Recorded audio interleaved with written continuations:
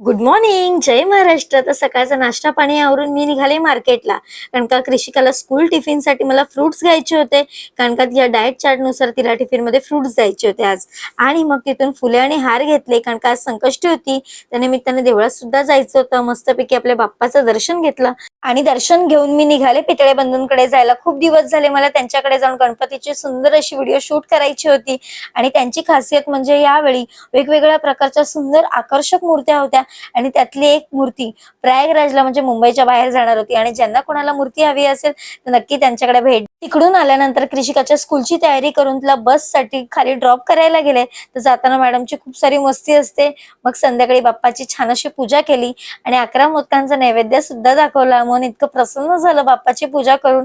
आणि आजचा दिवस खरंच खूप छान गेला, ते पण बाप्पाच्या कृपेने. तर आजचा व्हिडिओ कसा वाटला तुम्हाला नक्की सांगा. भेटू उद्याच्या व्हिडिओमध्ये. चला बाय, गुड नाईट.